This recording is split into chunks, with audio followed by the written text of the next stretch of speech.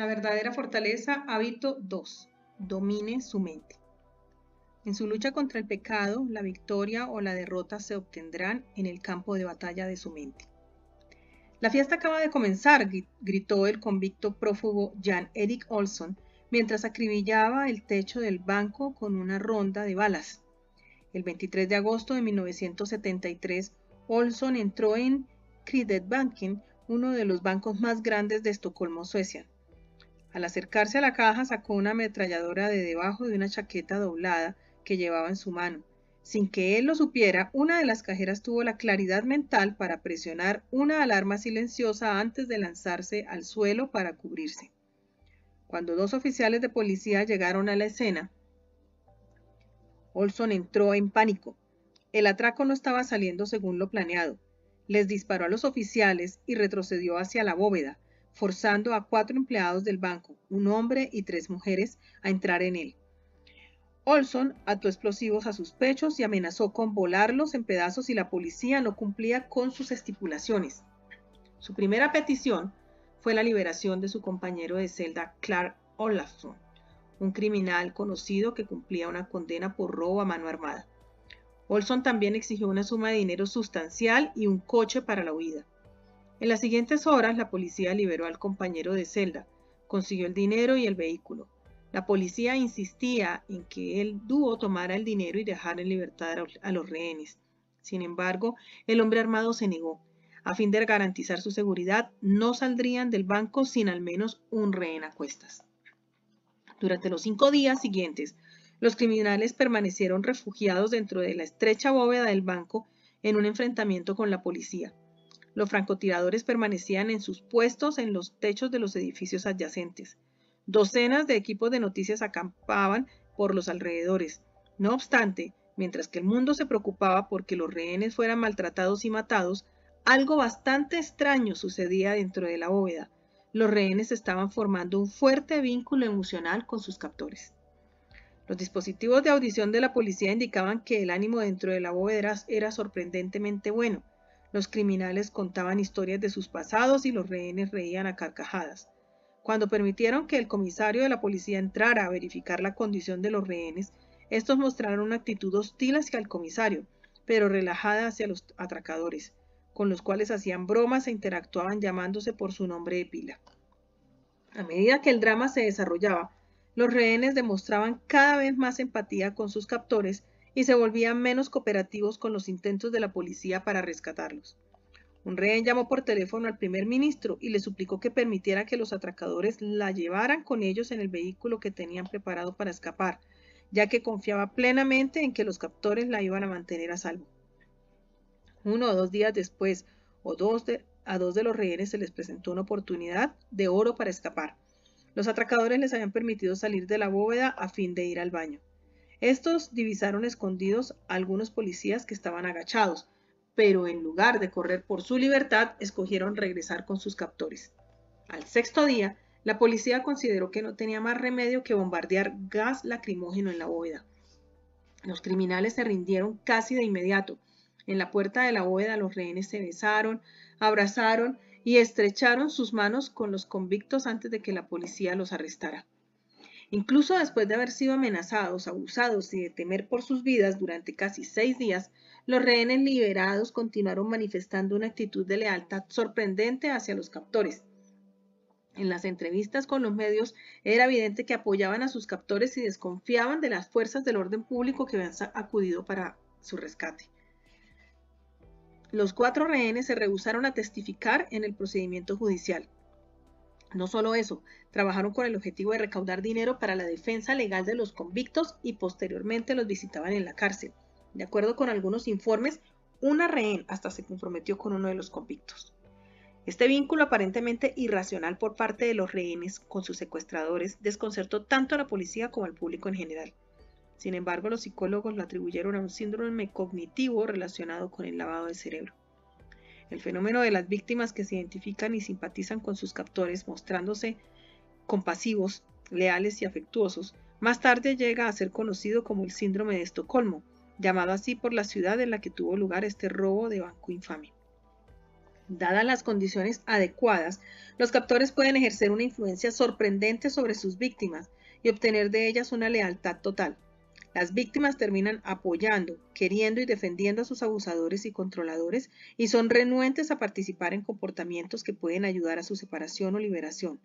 Además, creen que su lealtad es totalmente voluntaria y por lo general niegan que fueron en realidad mantenidos o cautivos en contra de su voluntad. No pueden pensar con claridad porque poco a poco los captores han lavado sus cerebros. El síndrome de Estocolmo alcanza a Éfeso. Las mujeres en la iglesia de Timoteo sufrían de una especie de síndrome de Estocolmo espiritual. Los falsos maestros les habían capturado. La traducción de su Biblia quizás hable de ganarse la confianza, llevar cautivas o cautivar. La palabra griega es un término militar que indica que estas mujeres fueron capturadas como prisioneras de guerra. Sin embargo, eso no es todo. La razón por la que algunas traducciones usan el término cautivar es porque esta palabra incluye un elemento de dominación psicológica. Significa ejercer una influencia o control sobre la mente. Estas mujeres no solo habían sido capturadas, sino también cautivadas. Cautivar quiere decir atraer y mantener la atención en el interés. Una persona que es cautivada resulta embelesada, encantada, hechizada, fascinada, maravillada, extasiada, complacida, deslumbrada, hipnotizada, seducida, engañada. Las mujeres débiles en la iglesia de Timoteo fueron seducidas por ideas que no se alineaban con la verdad. Los falsos maestros las habían encantado y engañado para que pensaran y actuaran de la manera equivocada. Resultaron deslumbradas con las nuevas ideas y eran ajenas al hecho de que habían sido secuestradas. Se les había lavado el cerebro para que aceptaran su cautiverio. Los intrusos habían invadido sus mentes. Eran mujeres víctimas, desde luego. No obstante, Pablo afirmó que eran partícipes de sus propias prisiones. Pablo presentó el mismo concepto en el capítulo anterior cuando argumentó que la gente debe escapar de la trampa en que el diablo los tiene cautivos, sumidos a su voluntad, segunda de Timoteo 2:26. La imagen aquí no es de un prisionero que se resiste al cautiverio, sino de un tipo de rehén con síndrome de Estocolmo, el cual acepta su cautividad, se vuelve solidario con los planes del captor y comienzan a cooperar para que logre su objetivo. Es como la historia de Patty Hearst, una heredera de 19 años que fue secuestrada a mano armada en 1974 por el Ejército Simbiótico de Liberación SLA por sus siglas en inglés.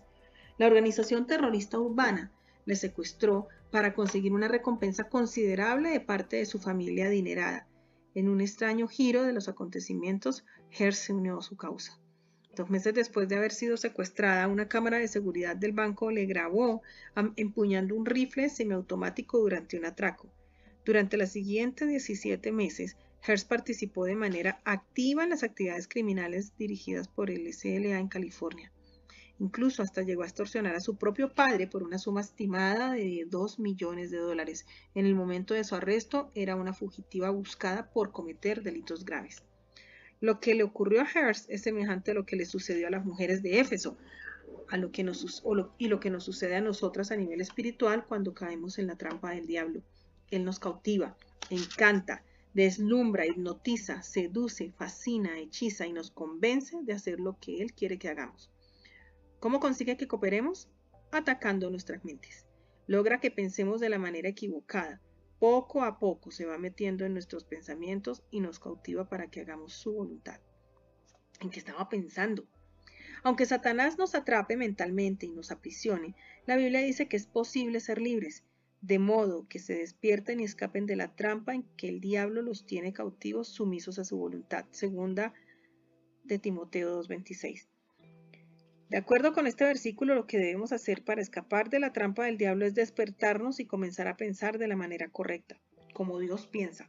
La palabra griega traducida como despierta es ananepo. Esto significa regresar al estado mental adecuado o al buen sentido, volver a pensar correctamente y ya no tener pensamientos incorrectos. Ananepo implica un cambio en nuestra manera de pensar.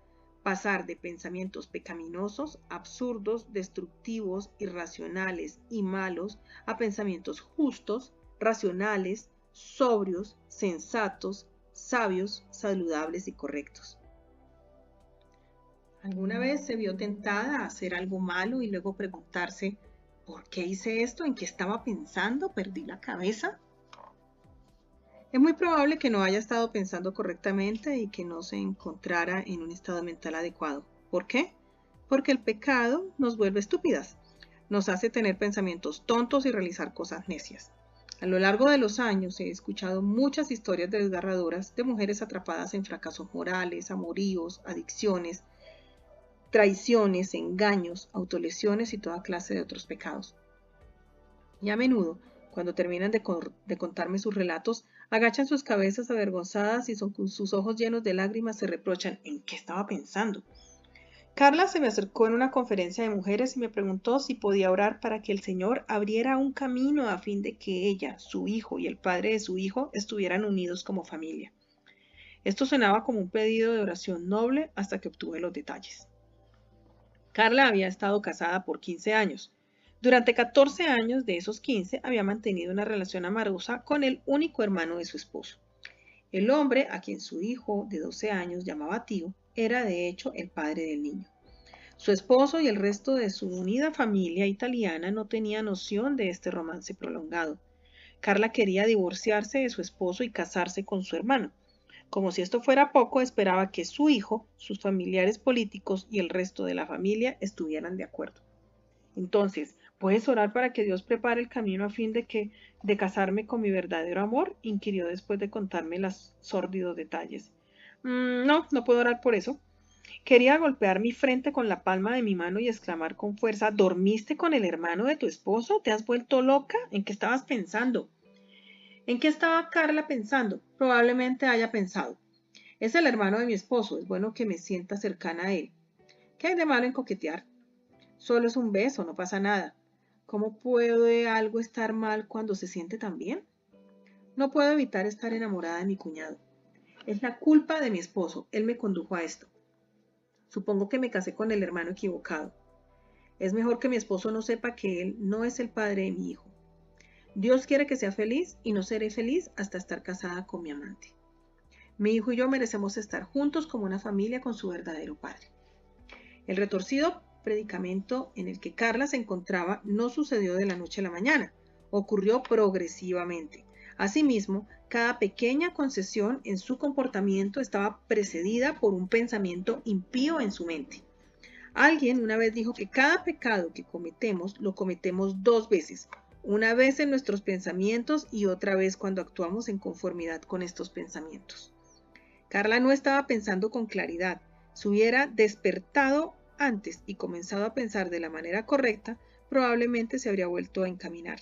Sin embargo, con cada pensamiento y racionalización erróneos, los cuales se vieron reflejados en su comportamiento, se encontró cada vez más atrapada y fue cada vez más difícil discernir una salida.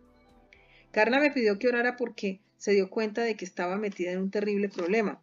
No obstante, yo podía ver que todavía no había entrado en razón. Aún pensaba del modo incorrecto. Era evidente que Carla no veía el adulterio, la mentira y el engaño de la manera en que Dios los veía. Todavía no pensaba como el Señor quería que pensara. Satanás, el intruso, aún tenía el control de su mente. Contrariamente a lo que ella creía, la mayor necesidad de Carla no era buscar la forma de divorciarse de su esposo, casarse con su amante y de alguna forma lograr que su hijo, su familia política y los demás familiares estuvieran de acuerdo. Lo que ella necesitaba era ser renovada en el espíritu de su mente. Necesitaba librarse de la trampa de Satanás. Necesitaba entrar en razón, tener pensamientos de bien y no de mal. La buena noticia para Carla y para nosotras es que el Evangelio de Jesucristo nos da el poder para experimentar exactamente eso. Un campo de batalla desde el inicio. Nuestras mentes han sido un campo de batalla desde el inicio de los tiempos. Nuestra progenitora Eva fue cautivada por las mentiras de Satanás y la tendencia a creer en esas mentiras ha afectado a las mujeres desde entonces. El problema con Eva no fue uno de desobediencia voluntaria. Ella no desafió de manera obstinada a Dios, amaba a Dios. Satanás ni siquiera habría sugerido que lo traicionara, no. Él sabía que un enfoque directo no funcionaría. Así que usó una estrategia mucho más sutil. Se arrastró sigilosamente y de forma insidiosa le presentó un nuevo modo de pensar. Satanás sabía exactamente qué decir para llevar los pensamientos de Eva en la dirección que él quería que fueran. Génesis 3, del 1 al 6. Él le sugirió que Dios le estaba negando algo, que sus caminos eran demasiado restrictivos. Le sugirió que ella debía enfocarse en sus propios intereses e insinuó que no sufriría ninguna consecuencia negativa al hacerlo.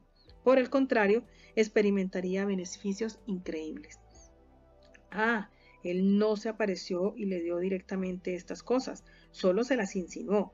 Tergiversó la verdad casi imperceptiblemente e implantó con astucia distorsiones e interrogantes en su mente.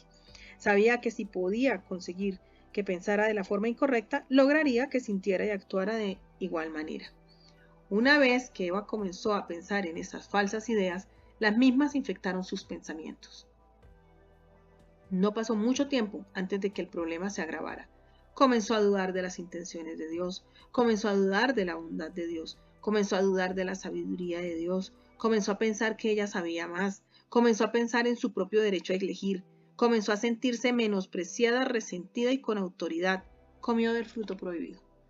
Satanás sabía que si podía derribar la primera pieza del dominó, los pensamientos de Eva, entonces las piezas de sus sentimientos y acciones también caerían.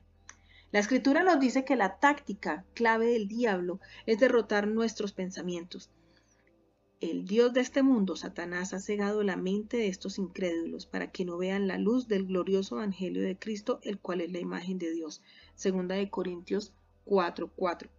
Y así como el diablo persigue las mentes de los incrédulos para que no comprendan el evangelio, también busca implacablemente confundir las mentes de aquellas de nosotras que confiamos en Jesús a fin de evitar que pensemos de la manera en que Dios desea que lo hagamos.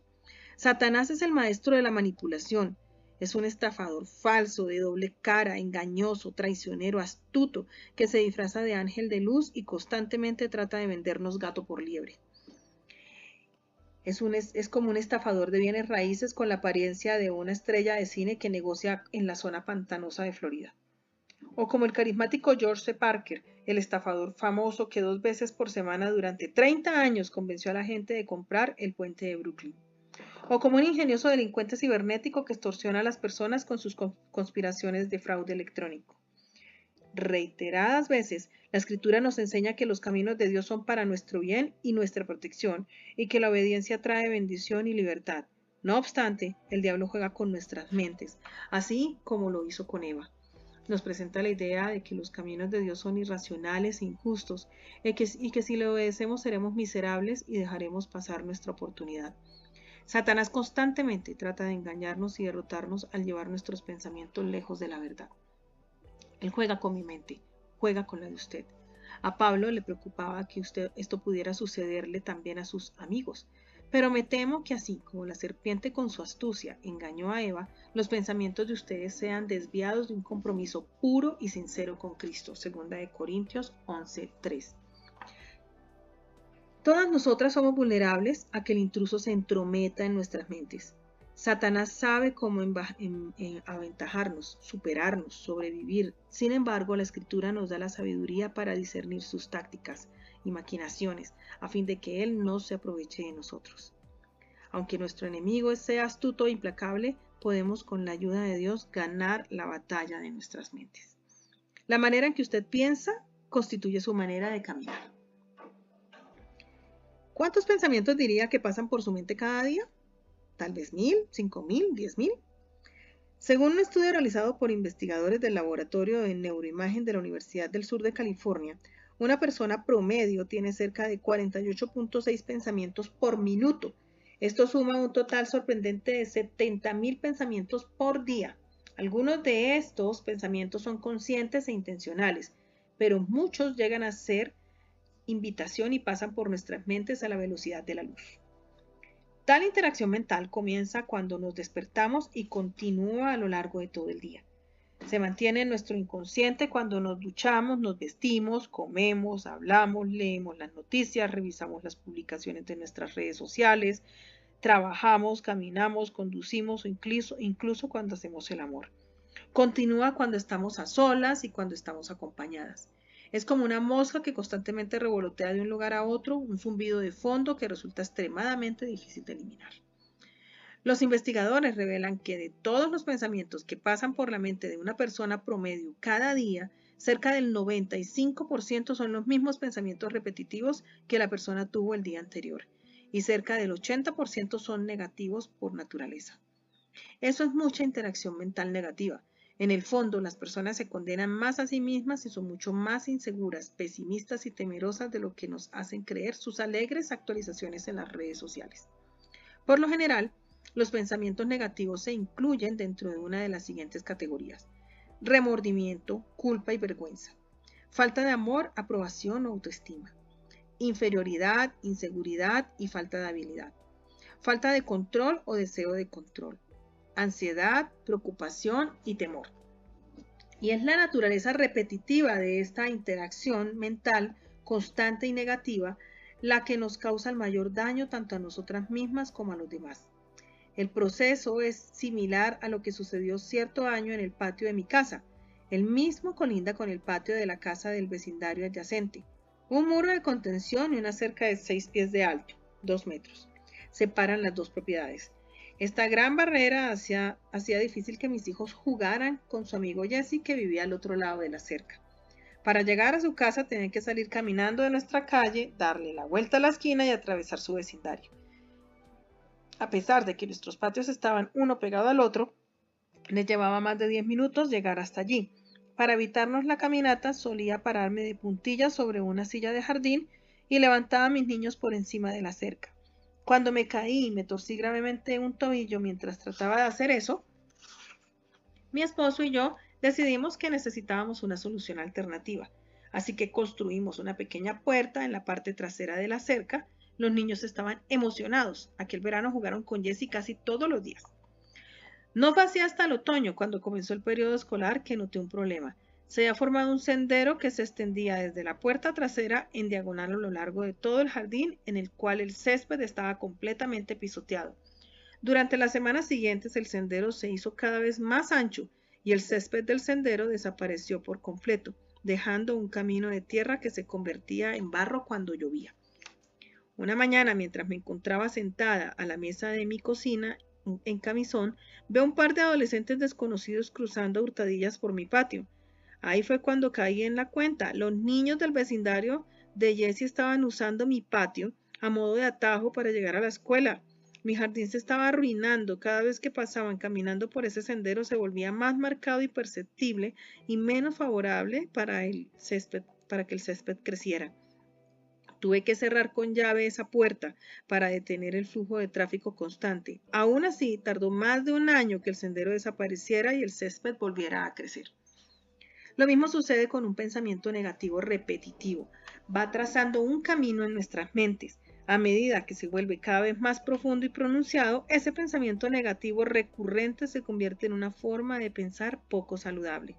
Se convierte en la manera en que habitualmente pensamos. Se vuelve parte de nuestro sistema de creencias, parte de cómo vemos el mundo e interactuamos con él, parte de quiénes somos.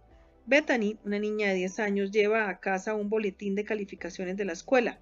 Es una alumna excelente. El boletín está lleno de calificaciones A y B, incluso hay una que otra A+. La única asignatura en la cual obtuvo una calificación inferior a B fue FF, Educación Física, en la cual obtuvo un C+ y una observación. Necesita mejorar. Bethany no es muy atlética, a diferencia de su hermana menor Bailey, que vive usando ropa deportiva y zapatillas y es la estrella de los equipos de fútbol americano y voleibol. Cuando el papá de Bethany revisó el boletín de calificaciones, sus ojos se detuvieron en la C+. Riéndose, despeinó su cabello y le dijo en broma: supongo que tendremos que pedirle a tu hermana que te ayude a practicar con la pelota. El corazón de Bethany se estremeció. Un pensamiento oscuro cruzó por su mente. Muy joven, no soy lo suficientemente buena, soy un fracaso. Mi papá ama más a mi hermana que a mí. Ella se concentra en ese pensamiento, los reproduce en su mente una y otra vez. No soy lo suficientemente buena, soy un fracaso. Mi papá ama más a mi hermana que a mí. Para cuando cumple 17 años, ese pensamiento se ha convertido en una fortaleza en su vida. Bethany lucha con su peso, empieza a buscar afirmación positiva de parte de los chicos. En la universidad pierde su virginidad con el primer intruso que sabe cómo aprovecharse de sus inseguridades. Los pensamientos de culpa y vergüenza se suman a sus conversaciones internas. No soy lo suficientemente buena, soy un fracaso, he decepcionado a Dios, Soy un producto dañado, nadie me amará. Las inseguridades de Bethany lo acompañan hasta su matrimonio. Su esposo rápidamente se cansa de sus intentos molestos y persistentes de controlarlo. Él se vuelve distante, ella se refugia en la comida, las novelas románticas eróticas y las copas de vino tinto a modo de consuelo. Está llena de sentimientos de desprecio y compasión hacia sí misma. En el trabajo y las relaciones adopta una mentalidad de víctima. Sus conversaciones internas se tornan profecías autocumplidas. No soy lo suficientemente buena, soy un fracaso, nadie me ama, todos están en mi contra, las cosas nunca me salen como quiero. Satanás usa las circunstancias y los patrones de pensamientos erróneos para construir las fortalezas en nuestra vida.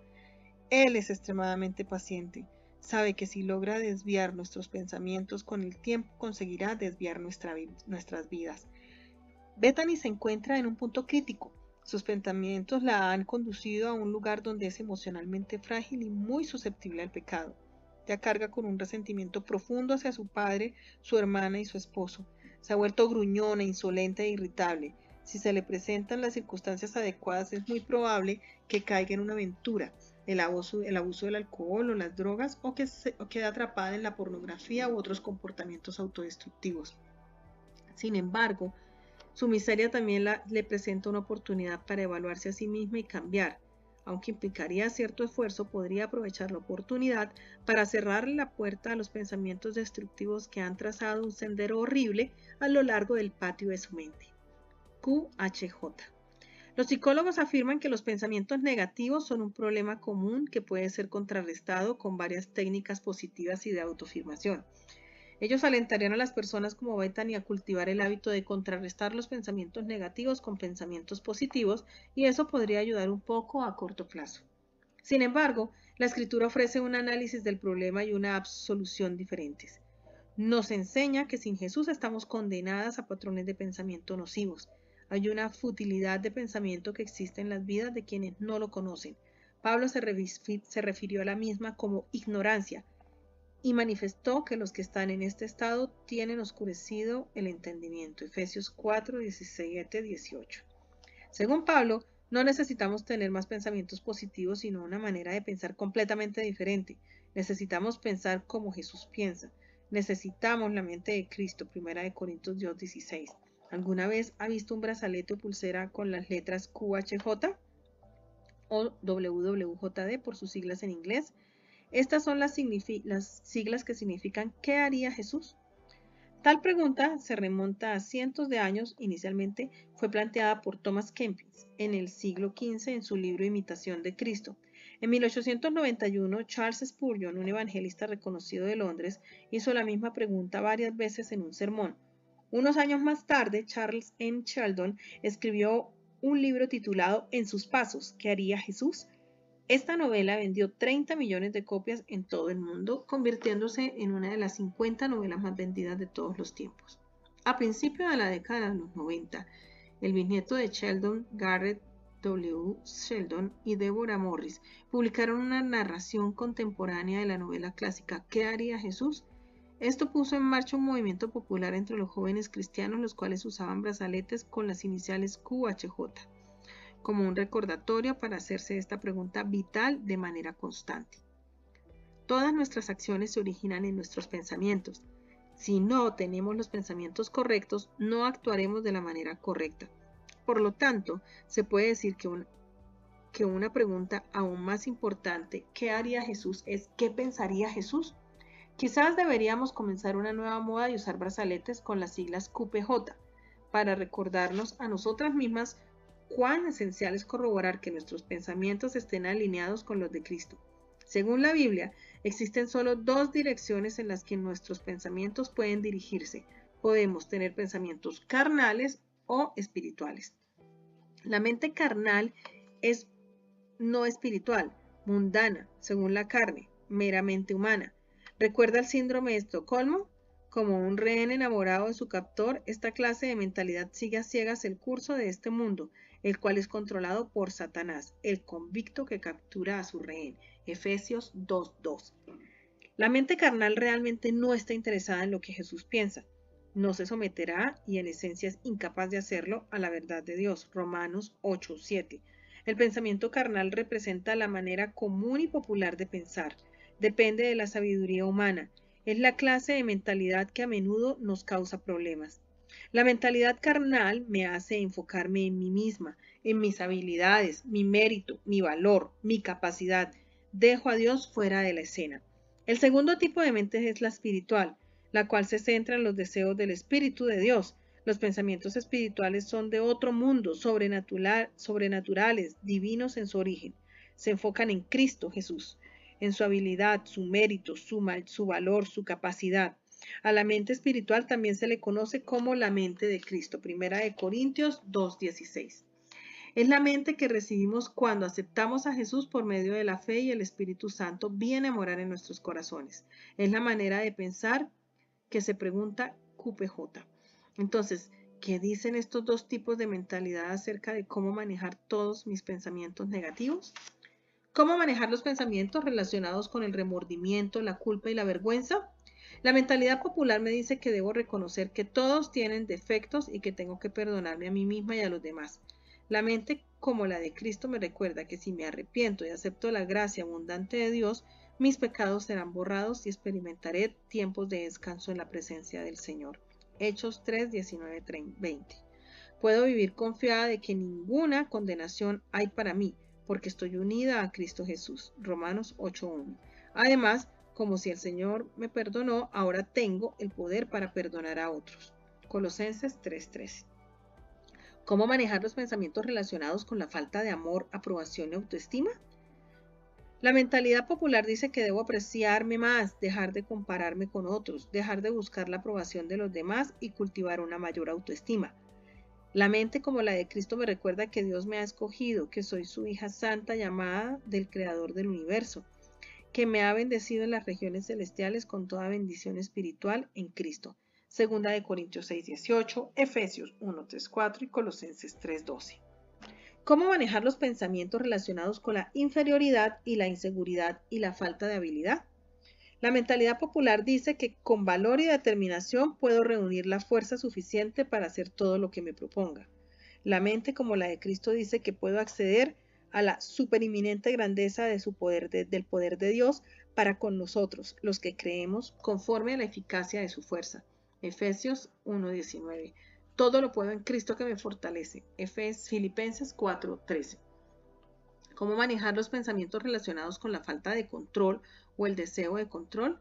La mentalidad popular dice que debo reconocer que solo puedo controlar lo que puedo controlar y dar pequeños pasos positivos para recuperar mi vida.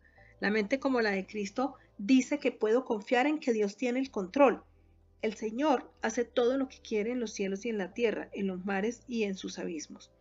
Todas las cosas me ayudarán a bien, porque amo a Dios y he sido llamada de acuerdo con su propósito. Romanos 8:28. Estoy convencida de que aquel que comenzó la buena obra en mí será fiel en completarla hasta el día de Cristo Jesús. Filipenses 1:6. ¿Cómo manejar los pensamientos relacionados con la ansiedad, la preocupación y el temor? La mentalidad popular dice que respire profundo, enfrente mis temores, me relaje y me convenza.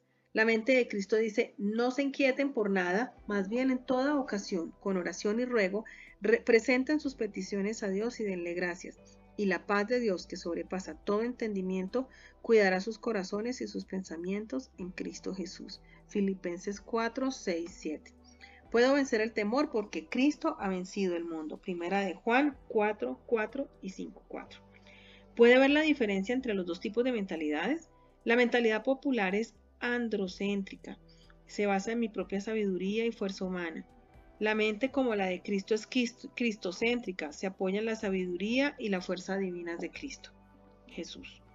Las escrituras nos dicen que la primera es guiada por el espíritu de mentira y la última por el espíritu de verdad. Juan 14:17 y Juan 8:44. Su manera de pensar marca una diferencia profunda en su manera de vivir. Mientras más transforme sus pensamientos para bien, su vida también cambiará para bien. Sin embargo, todo comienza por abrazar la mente de Cristo. Filipenses 2:5. De oruga a mariposa. Me crié enfrente de un barranco boscoso llamado Mill Creek Rami. Durante los calurosos y lánguidos días de verano, mi mamá y mi papá solían llevarnos al barranco para dar una caminata el domingo por la tarde. Cada vez que divisábamos una planta de algodoncillos, examinábamos las hojas en busca de orugas y las crisálidas verdes jade que las convertían en mariposas monarcas. Hecho curioso, si se trata de un capullo rizado, probablemente pertenezca a una polilla y no a una mariposa. Me fascinaba que una oruga se pudiera transformar en una mariposa de una belleza exquisita. Una vez pude captar el momento exacto en que una mariposa monarca luchaba por emerger de su crisálida brillante. Me daban ganas de abrir el capullo para facilitarle la salida. Sin embargo, mi papá me advirtió que eso la perjudicaría en lugar de ayudarla. Si yo la liberaba, lastimaría a la mariposa de por vida. Es este esfuerzo por tratar de salir de la crisálida lo que bombea sangre a las nuevas alas diminutas, arrugadas y húmedas de la mariposa. La tarea difícil de liberarse es lo que le proporciona un buen estado físico y fortalece y alarga sus alas a fin de que pueda volar. Cuando usted pone su fe en Jesús, el Señor la transforma en una nueva creación, 2 Corintios 5:17. Él reemplaza su mente vana y carnal por la mente de Cristo, Efesios 4:17-24. Usted es sometida a una metamorfosis total. Es como si se hubiese transformado de oruga a mariposa. Solía tener la mente de una oruga, pero ahora tiene la mente de una mariposa. Su mente carnal ha sido reemplazada por la mente de Cristo. La transformación es completa. Asunto cerrado. No obstante, eso no significa que su vieja manera de pensar haya desaparecido. Es como si todavía estuviera atrapada en la crisálida. Dios le dio alas, pero depende de usted luchar para salir de su viejo y restrictivo modo de existencia de oruga. En un sentido, la metamorfosis de una oruga o una mariposa está completa cuando la oruga muere en su capullo verde y se desintegra en una especie de sopa, y luego la naturaleza rediseña esa baba en una mariposa. Sin embargo, en otro sentido, la metamorfosis no está completa hasta que la mariposa rompa la crisálida, comience a comportarse como una mariposa y deje atrás por completo todos los restos de su vida como oruga. El proceso de la metamorfosis de la mariposa puede ayudarle a comprender la diferencia entre el acto de regeneración de Dios, en el que la transforma en una nueva creación, y el proceso de santificación, en el que debe cooperar con el Espíritu Santo y hacer el esfuerzo diario para conocer su nueva identidad y vivir conforme a ella. Este capullo viejo y duro con el que está revestida cumple un propósito útil. Mientras presiona para salir, sus alas se fortalecerán y madurarán. Un día saldrá de la crisálida, extenderá sus alas y volará. El problema con las mujeres de voluntad débil de Éfeso y el problema con muchas de nosotras es que no pensamos de la manera correcta. Somos mariposas monarcas que todavía pensamos y actuamos como orugas. No nos esforzamos por fortalecer nuestras alas y dejar atrás nuestra vieja naturaleza. Algunas de nosotras ni siquiera somos conscientes de que tenemos alas. Estamos cómodas durmiendo en nuestro viejo y duro capullo de oruga. No estamos entendiendo nuestras alas ni volando hacia la luz del sol. Los pensamientos de oruga nos mantienen detenidas. Claves para dominar su mente. ¿Cómo puede usted dominar su mente a fin de que sus pensamientos estén alineados con los de Dios y no con los de este mundo? ¿Cómo puede liberarse de su vieja manera de pensar? Tengo algunas sugerencias que podrían ayudarle. 1. Pídale a Dios que renueve el espíritu de su mente. Pablo dijo, no se amolden al mundo actual, sino sean transformados mediante la renovación de su mente. Romanos 12:2.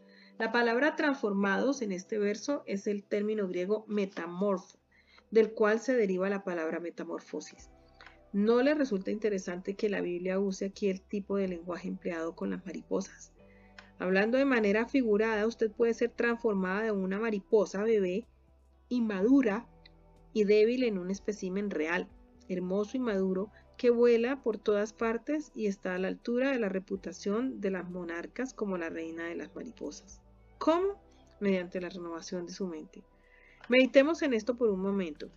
Esta es una verdad profunda. Su fortaleza aumentará mediante la renovación de su mente.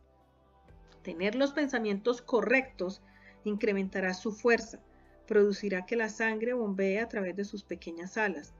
Eso es algo que no logrará con los pensamientos de una oruga. Necesita pensar como una mariposa para crecer lo suficientemente fuerte a fin de liberarse de ese viejo capullo resistente que lo mantiene retenido. Hay otra palabra hacia la cual quisiera dirigir su atención: renovación. Renovar significa ser restaurado a su primer estado, volverse nuevo o como si fuera nuevo otra vez. Ser renovadas en nuestras mentes significa que nuestros pensamientos estén alineados con los de Dios. Una y otra vez, y otra vez. La naturaleza repetitiva y continua de la renovación es evidente en el verbo que Pablo usó. Para el beneficio de aquellas que son inexpertas en lingüística, usó el presente del imperativo pasivo sean renovados, sean transformados. El tiempo presente refleja una acción en curso. El aspecto pasivo significa que somos el objeto de la acción en lugar de la causa de la acción. En otras palabras, la renovación constante de nuestras mentes no es algo que hagamos, sino más bien algo que es hecho en nosotras. El Espíritu Santo es aquel que hace el trabajo pesado. El modo imperativo denota principalmente un mandato como vaya o deténgase. Ahora bien, quizás resulte algo confuso para usted. ¿Esto implica una acción que recibimos y una acción que debemos realizar? Sí, ambas cosas. Sin embargo, no es tan complicado como puede parecer a primera vista. La palabra renovación en Romanos 12:2 también se usa en Tito 3:5, donde Pablo escribió: Dios nos salvó no por nuestras propias obras de justicia, sino por su misericordia. Nos salvó mediante el lavamiento de la regeneración y de la renovación por el Espíritu Santo. Una renovación continua es lo que se requiere para que nuestras mentes sean transformadas, y esto es a través de la obra del Espíritu Santo. Somos totalmente dependientes de Él para que esto suceda.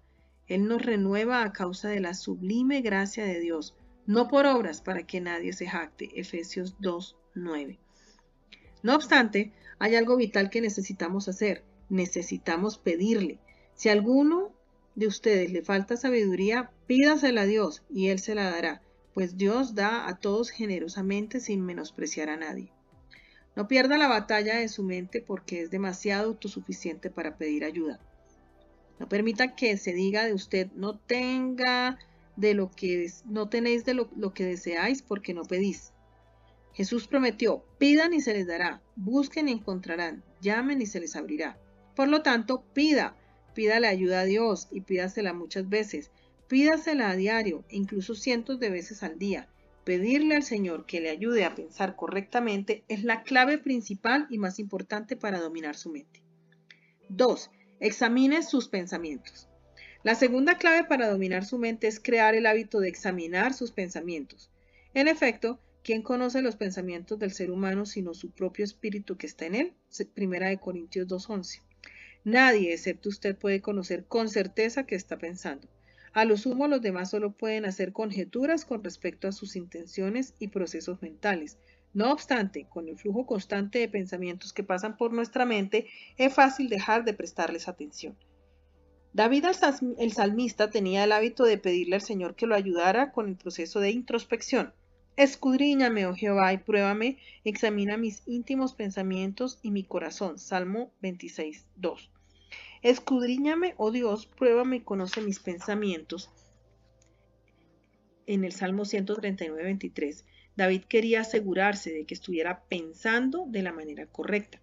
Quería que sus pensamientos estuvieran alineados con los de Dios, así que regularmente examinaba sus pensamientos para asegurarse de que estuviera pensando de la forma correcta. Ser incapaces de alinear nuestros pensamientos con los de Dios constituye el origen de la mayoría de las dificultades con las que nos encontramos en la vida. Si queremos cambiar nuestro modo de actuar, debemos cambiar nuestro modo de pensar. Para llegar a la raíz del problema, no debemos comenzar por la acción, sino con el pensamiento que condujo a esa acción. Marcos 7:21-23. Detrás de cada pecado que cometemos se oculta una mentira en la que creemos. Muchas de nosotras están creyendo mentiras acerca de Dios, tales como los caminos de Dios son demasiado restrictivos, mentiras sobre una misma, como por ejemplo no debería vivir con deseos sin cumplir, mentiras con respecto al pecado, como realmente no es tan malo como parece, mentiras en cuanto a las circunstancias, tales como las circunstancias difíciles son las responsables de mi mala actitud, Mentiras sobre nuestras prioridades, sexualidad, matrimonio, hijos, quiénes somos y cómo tenemos que comportarnos. Mentiras, mentiras, mentiras. Satanás es el padre de las mentiras. Su objetivo es lograr que pensemos, sintamos y actuemos de la manera incorrecta. Como mencioné anteriormente, los pensamientos son la primera pieza del dominó en caer. A veces nos enfocamos demasiado en tratar de cambiar o detener nuestros comportamientos despreciables, cuando lo que necesitamos hacer es retroceder y descubrir qué clase de pensamiento incorrecto produjo ese determinado comportamiento en primer lugar. Es mucho más fácil arreglar el que sí y si comprendemos el por qué. ¿Por qué le faltó el respeto a su madre? Porque hizo un comentario cortante y sarcástico. No, lo que ocurrió es que la situación reveló su modo de pensar incorrecto. Cree que tiene el derecho a tomar represalias por las heridas del pasado y devolverlas ojo por ojo. ¿Por qué dijo cosas malas sobre su amiga a sus espaldas? Porque eran ciertas. No, lo que sucedió es que la situación reveló su manera de pensar incorrecta. Usted cree que haciendo que ella se vea mal va a lograr que usted se vea bien. ¿Por qué fue tan indulgente con usted misma ayer por la noche? Porque tuve una semana muy dura y simplemente necesitaba relajarme. No, lo que sucedió es que la situación reveló su manera de pensar incorrecta. Usted cree que la vida debería ser fácil y que la autocomplacencia es su derecho. La razón por la que no puede controlar sus acciones es que no está luchando para controlar sus pensamientos. Lo más probable es que ni siquiera se haya tomado el tiempo para identificar si sus pensamientos están fuera de lugar. Resulta difícil corregir los pensamientos incorrectos si no le está prestando atención al parloteo que ocurre dentro de su cabeza. La solución es hacer lo que hizo David, tener el hábito de examinar sus pensamientos. Esto es especialmente importante cuando nota que se está comportando de manera extraña. Ese es el momento de preguntarse en qué estaba pensando y pedirle al Señor que le ayude a resolverlo. Cuando es capaz de rastrear su comportamiento hasta el pensamiento incorrecto que lo provocó, entonces tendrá muchas más posibilidades de arrancar ese pecado de raíz. Y cuanto antes mejor. Mientras más se demore en ocuparse del patrón de pensamiento incorrecto, más se afirmará el sendero a lo largo del patio de su mente. Examine sus pensamientos constantemente. Conforme avanza su día, establezca el hábito de controlarse cuidadosamente. ¿En qué estoy pensando? ¿Qué pensaría Jesús? ¿Están mis pensamientos alineados con los de Él? 3. Prepárese para la acción.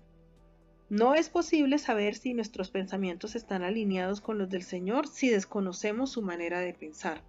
Pablo le dijo a sus amigos que no vivieran más con pensamientos frívolos como los paganos, a causa de su ignorancia. Efesios 4, 17, 18. Pedro tuvo el mismo sentir y les pidió a los creyentes que se dispusieran a actuar. También les dijo, no se amolden a los malos deseos que tenían antes, cuando vivían en la ignorancia. Primera de Pedro 1, 13, 14. Estos versículos indican que es posible que quienes conocemos a Jesús y hemos recibido la mente de Cristo, caminemos en ignorancia, tal como lo hacíamos antes de conocerlo. La solución, preparar nuestras mentes para actuar al equiparlas con la verdad. La mujer fuerte prepara su mente, busca vencer su ignorancia, lee y estudia con regularidad las escrituras a fin de entrenar su mente para pensar como Jesús piensa. Aquí es donde entra en juego la disciplina de leer la Biblia. Como dijo una vez R.C. Sproul, Dios nos da la revelación de las Sagradas Escrituras para que nuestras mentes sean transformadas a fin de que comencemos a pensar como Jesús. De esto se trata la santificación y el crecimiento espiritual. Si solo las tiene en su mente y no las tiene en su corazón, entonces no las tiene. Sin embargo, no puede tenerlas en su corazón sin primero haberlas tenido en su mente. Queremos tener una mente llena de la palabra de Dios. ¿Sabe cómo el FBI entrena a los agentes del servicio secreto para identificar el dinero falso? Los hace pasar incontables horas manejando, examinando y estudiando de manera intensiva el dinero verdadero. Los agentes están tan familiarizados con los billetes verdaderos que cuando se presenta uno falso, sus imperfecciones son para ellos evidentes. De inmediato, pueden darse cuenta de que hay algo que está mal en la textura, la sensación y el aspecto. El Señor quiere que sigamos el mismo tipo de técnica de entrenamiento. Él desea que nos empapemos de la verdad de su palabra, y nos familiaricemos de tal manera con ella que podamos discernir inmediatamente que algo está mal cuando nos encontremos frente a una idea o pensamiento falso. Me encontraba en la preparatoria a finales de la década de los 70, durante el auge de la segunda ola del feminismo. Recuerdo haberme preguntado qué pensaba mi mentora espiritual, Diane, sobre todas estas ideas nuevas. Diane, que tenía alrededor de 25 años, era la patrocinadora del club cristiano que yo ayudaba a liderar. Ella era una luchadora extremadamente talentosa, capaz, elocuente e inteligente. Yo esperaba que apoyara con entusiasmo un movimiento que luchaba por la igualdad de las mujeres.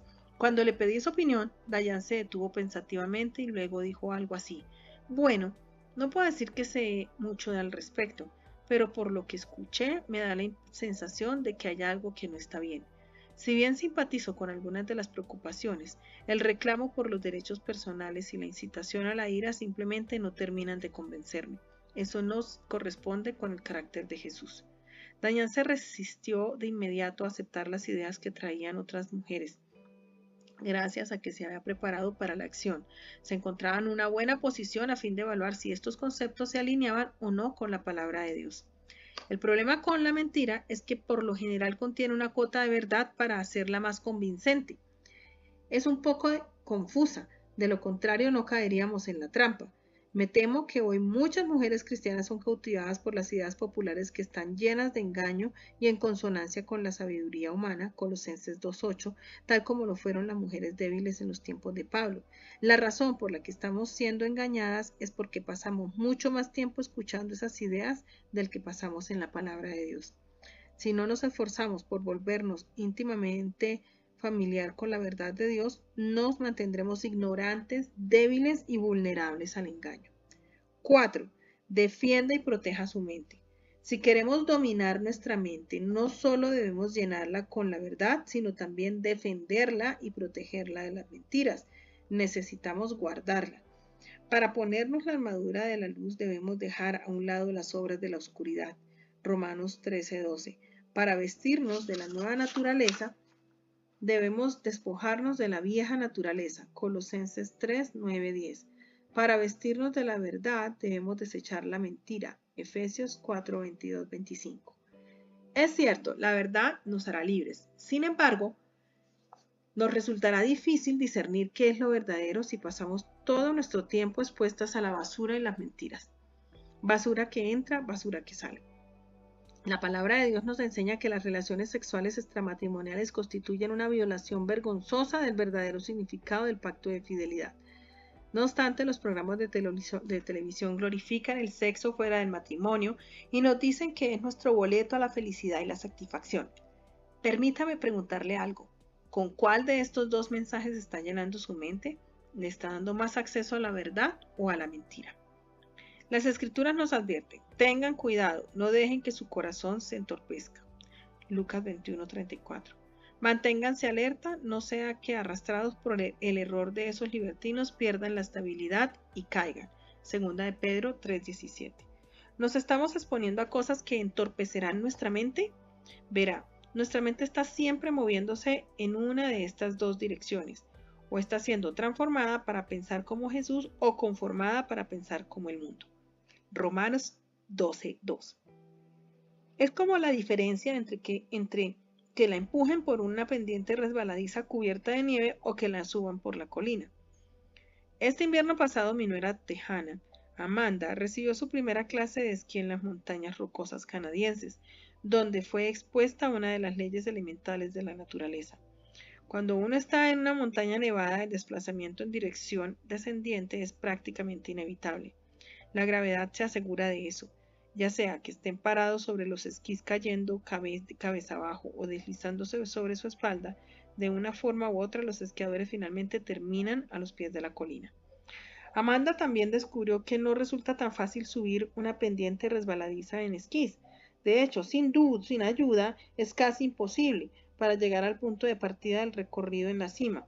Tuvo que subirse a la alfombra mágica, la cinta transportadora en la pista para principiantes, y más avanzando el día, a medida que su habilidad mejoraba, usó la barra en forma de T, las telesillas y la góndola. Al igual que del impulso que adquiere un esquiador bajando la pendiente de una montaña, la fuerza para conformarse es excepcionalmente fuerte. Conformarse a este mundo no requiere de ningún esfuerzo. Es un deslizamiento cuesta abajo que solo sucede con naturalidad. Sin embargo, si quiere ser transformada y subir, requerirá algo de esfuerzo e intencionalidad. Necesitará sujetar sus palos de esquí contra el suelo, resistir la fuerza descendiente de la gravedad y asirse de algo que sea lo suficientemente fuerte para llevarla en la dirección opuesta. A menudo descubro que mis pensamientos se deslizan en la dirección contraria. Por supuesto, no intencionalmente, pero se deslizan de todos modos. De manera habitual esto sucede cuando, sin darme cuenta, me expongo a ideas tentadoras disfrazadas de entretenimiento.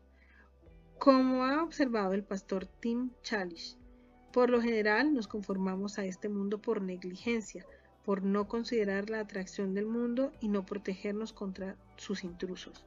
Lamentablemente muchas mujeres cristianas desconocen la fuerza poderosa de la conformidad.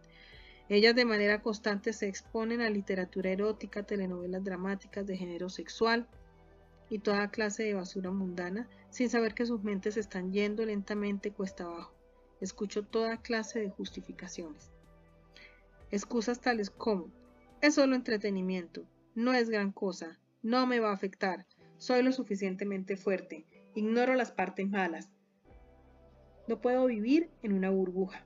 O el razonamiento que me pone los ojos en blanco y supera a todos los demás. Necesito exponerme a esto para poder relacionarme con mis amigas inconversas.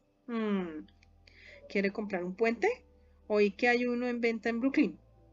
Nuestros corazones pueden ser muy engañosos. Por favor, no piense que me excluyo de este discurso motivacional. Lamentablemente también he usado estas justificaciones. Pablo aconsejó a sus amigos: quiero que seáis sabios para el bien e ingenuos para el mal. Romanos 16:19. Ser ingenuo significa no estar contaminado, ser sin doblez, inofensivo, no perjudicial. El término griego usado aquí significa puro, sin ninguna sustancia agregada que corrompa esa mezcla.